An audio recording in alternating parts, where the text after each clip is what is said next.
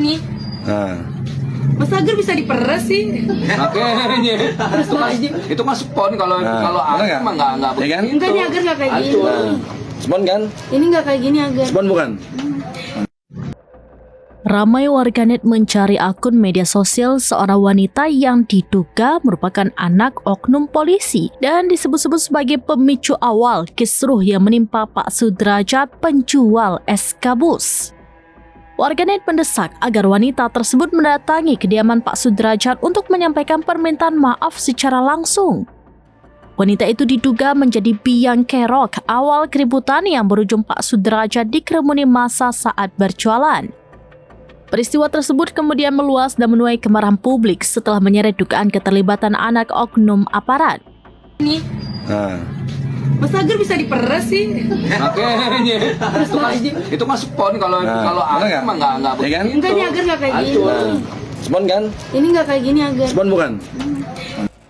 Di media sosial, warganet ramai menyuarakan keadilan bagi Pak Sudrajat dan meminta agar kasus ini ditangani secara transparan tanpa perlakuan istimewa. Banyak yang menilai persoalan tersebut seharusnya bisa diselesaikan secara damai tanpa intimidasi. Pencarian identitas wanita yang diduga anak oknum polisi itu semakin masif setelah narasi dan video kasus ini dibagikan oleh sejumlah akun, salah satunya Instagram @bewara_pangelangan.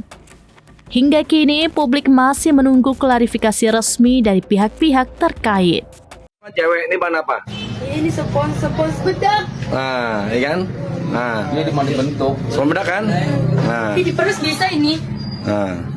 Mas Agar bisa diperes sih. Makanya itu mah spon kalau bener aku mah nggak Ya kan? begitu. Enggak nih Agar nggak kayak gini. Nah, spon kan? Ini nggak kayak gini Agar. Spon bukan?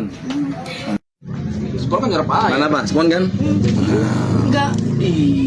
Nah, lihat. Ini berbusa nih. Nah, nah, lihat nih.